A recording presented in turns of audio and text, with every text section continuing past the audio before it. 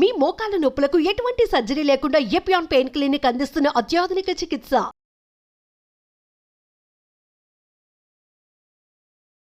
Welcome to Suman TV. Right now మనతో పాటు ఉన్న డాక్టర్ ప్రదీప్ వజ్జా గారు భాస్కర హాస్పిటల్స్ నుంచి. డాక్టర్ గారితో మాట్లాడదాం. సార్ నమస్తే. సార్ నమస్కారం అండి. సార్, వెయిట్ లాస్, ఒబేసిటీ, బరువు పెరగడం, ఇవన్నీ కూడా ఫర్దర్గా చాలా కాంప్లికేషన్, చాలా అనారోగ్య సమస్యలు, హెల్త్ ఇష్యూస్ కూడా మనం చూస్తున్నాం సార్. ఇందులోనే ప్రజలు రకరకాల డైట్స్ ఫాలో అవుతున్నారు. కొందరు వెయిట్ లాస్ అవుతున్నారు, వెయిట్ పుటాన్ అవుతూ ఉన్నారు, కొందరు ఇంజెక్షన్స్ దాకా కూడా వెళ్తూ ఉన్నారు, కొందరు డైట్స్ని కంటిన్యూస్గా ఫాలో అవుతున్నారు. ఇలా రకరకాల ప్రయత్నాలు అయితే చేస్తూ ఉన్నాం సార్. మరి మీరు వచ్చారు కదా డాక్టర్ గారు, మరి ఏం చెప్తారు? అసలు మేము చేసే మిస్టేక్స్ ఏంటి? ఏం చేయకుండా ఉంటే గనక మేము వెయిట్ పుటాన్ అవ్వకుండా ఉంటాము? ఎలాంటి లైఫ్ స్టైల్ మేమంతా కూడా మెయింటైన్ చేస్తే ప్రస్తుతం అంతా కూడా బాగుంటుంది అంటారు? ఇంజెక్షన్స్ వరకు వెళ్తే కనుక అది ఎంతవరకు సేఫ్ అంటారు? ఈ డీటెయిల్స్ అన్ని కూడా ఒకసారి చెప్తారా సార్? యాక్చువల్లీ మనం వెయిట్ లాస్, ఈ ఒబిసిటీ అనేది చాలా, అంటే రీసెంట్గా ఒక 2 years నుంచి ఎన్నో బిలియన్స్ ఆఫ్ పీపుల్ ఈ వెయిట్ లాస్తో బాధపడుతున్నారు. మెయిన్గా ఏంటంటే లైక్ యుఎస్, ఇండియా, ఇక్కడ ఒబిసిటీ అనేది వెరీ కామన్ అయిపోయింది. ఎందుకంటే ద అవైలబిలిటీ ఆఫ్ ఫుడ్, మనకి దొరికే అంత ఫుడ్ ఏ దేశంలోని, అంటే plenty.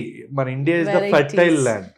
So full calorie foods, full carbohydrates, sugars, మనకి అన్ని ఇష్టం వచ్చినట్టు తినేస్తూ ఉన్నారండి. దానివల్ల బాగా వెయిట్ గెయిన్ అనేది అవుతున్నాం.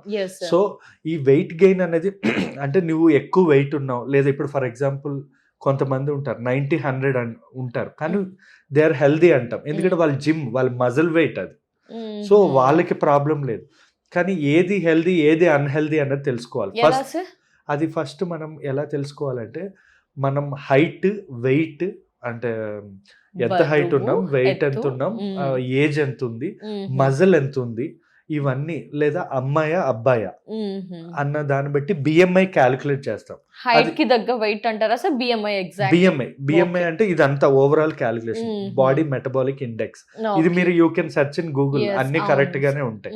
లెస్ దెన్ 25 ఉండాలి యాక్చువల్లీ. ఓకే, 25 to 30ని మైల్డ్ ఒబీస్ అంటాము. 30 పైన ఉంటే ఓవర్ వెయిట్ అంటాం. ఈ ఓవర్ వెయిట్ వెరీ డేంజరస్. ఈ ఓవర్ వెయిట్ అనేది 1 to 3 years మించి కంటిన్యూ అయిందంటే ఏమవుతుంది? ఖచ్చితంగా వాళ్ళకి డయాబెటీస్ వస్తుంది, హార్ట్ అటాక్స్, హార్ట్ లో కొరనరీ ఆర్టరీ డిసీజెస్, అంటే హార్ట్ ప్రాబ్లమ్స్ వస్తాయి, 100% హైపర్ టెన్షన్, బీపీ అనేది వస్తుంది. సో ఇవన్నీ కాకుండా వాళ్ళకి వేరే like kidney problems, liver problems, ఇవన్నీ వచ్చే అవకాశాలు ఉంటాయి బరువు ఎక్కువ అవడం వల్ల.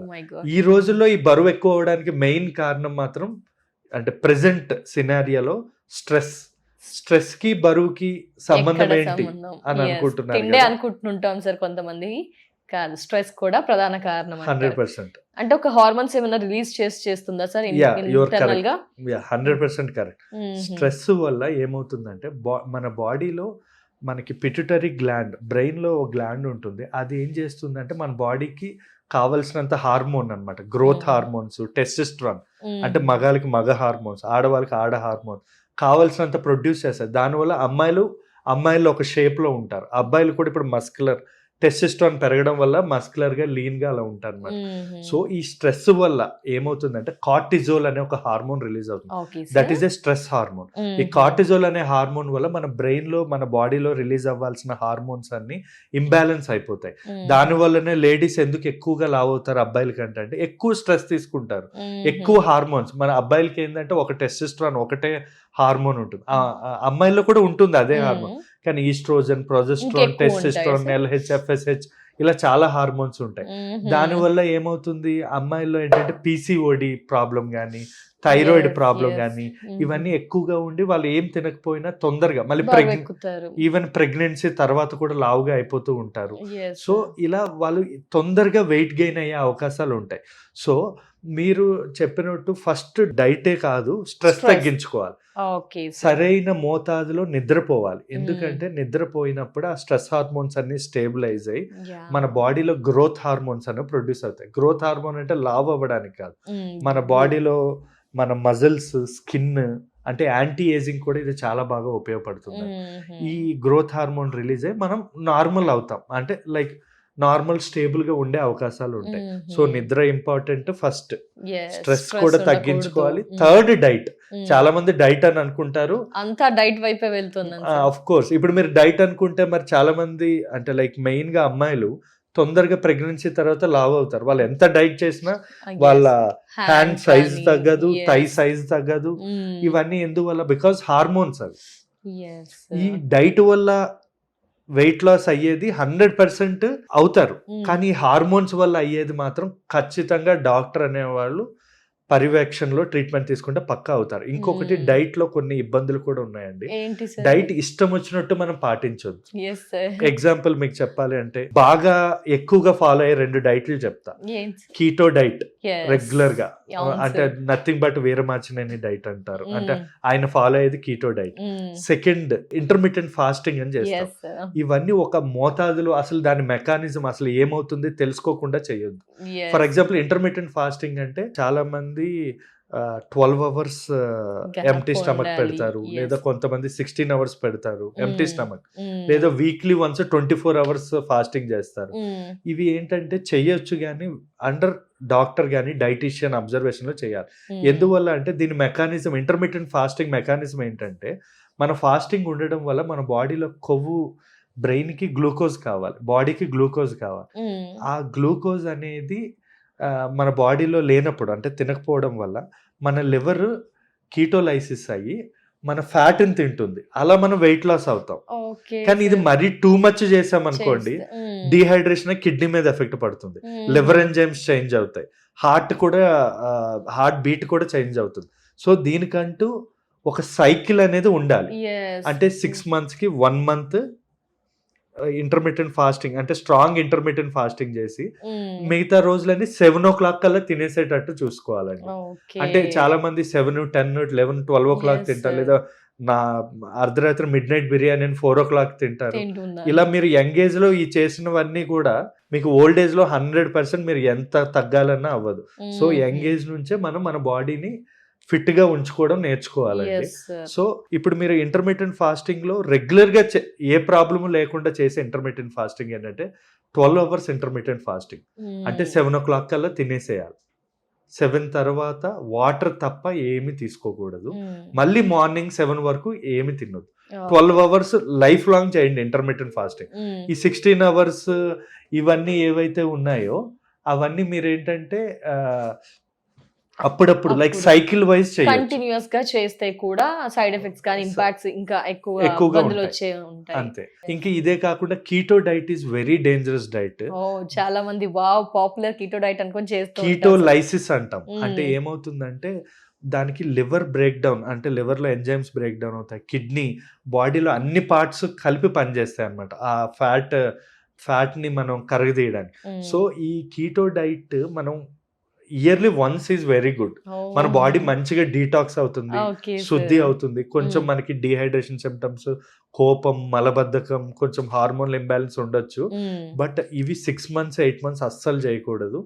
నా దగ్గర ఇప్పటికి కూడా కీటో డైట్ చేసిన వాళ్ళు, అంటే ఎలాంటి కాంప్లికేషన్స్ చూస్తాం సార్ ఫర్దర్ గా వాళ్ళల్లో ఇలాంటి కీటో డైట్స్ ఫాలో అవుతుంటారు చాలా మంది? First complication kidney failure. నేను 3-4 months వాళ్ళు ఇష్టం వచ్చి కీటో డైట్ చేసి, నేను కిడ్నీ ఫెయిల్యూర్ పేషెంట్ నేను ట్రీట్ చేసి వాళ్ళకి మొత్తం యూరిక్ యాసిడ్స్ పెరిగిపోతాయి, యూరియా అంటే బ్లడ్ లో ఉన్న వ్యర్థం పెరిగిపోతుంది.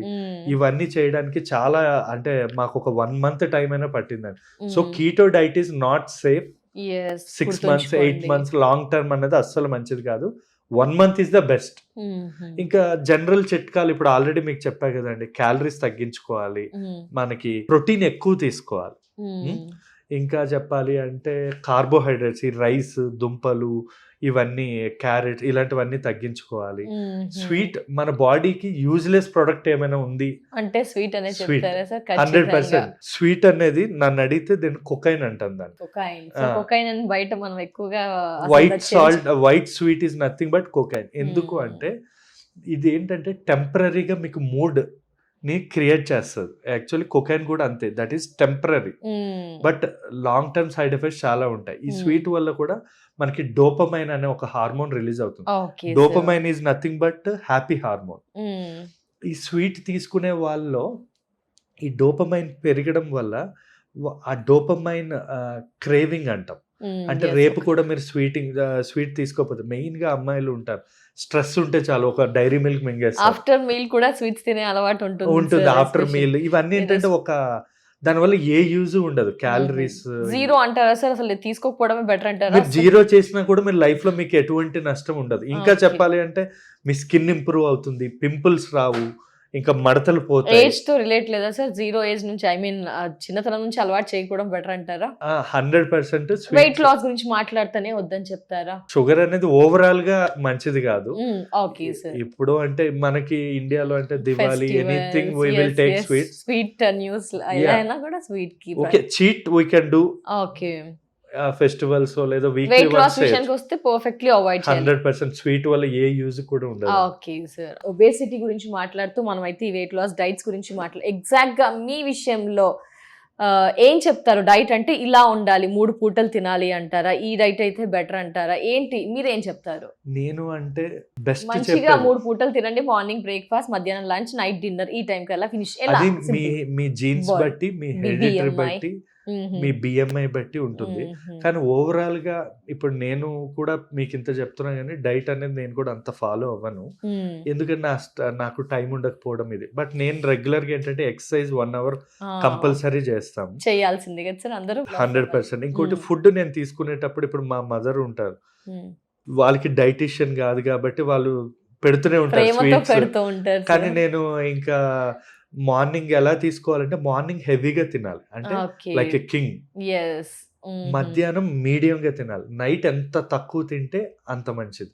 సో ఎప్పుడైనా కూడా morning breakfast should be heavy. ఎంతైనా తీసుకోండి, కరిగిపోతుంది.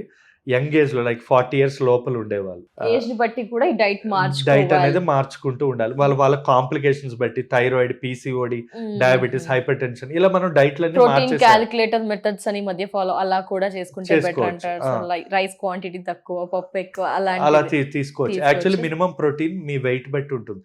ఇప్పుడు మీరు 70 kgs అంటే 70 grams ఆఫ్ ప్రోటీన్ తీసుకోవాలి. ఇప్పుడు ఫర్ ఎగ్జాంపుల్ ఒక ఎగ్ లో 5 grams ఆఫ్ ప్రోటీన్ ఉంటుంది. సో మనం అలా అన్నమాట, ఒక 3 eggs 4 eggs తీసుకోవచ్చు. ఒక చికెన్ బ్రెస్ట్ లో 30 grams protein, 100 grams of chicken breast, అలా మనం క్యాలిక్యులేట్ చేసుకోవచ్చు. ఇప్పుడు చాలా యాప్స్ కూడా వచ్చాయి, మీరు ఫోటో తీస్తే చాలు దానిలో చెప్పేస్తుంది. ఎస్ సార్, ఇదంతా మాట్లాడుకున్నాం కదా, ఇంత చేసాము, మేము వెయిట్ లాస్ అవ్వట్లేదు, మా ఒబేసిటీ తగ్గట్లేదు అంటే ఇంజెక్షన్స్ కి వెళ్ళిపోతున్నాం. మార్కెట్ లో చూస్తే లేటెస్ట్ చాలా వచ్చేసాయి, మీకు తెలిసిందే, కొత్త మెథడాలజీస్ అయితే వచ్చాయి.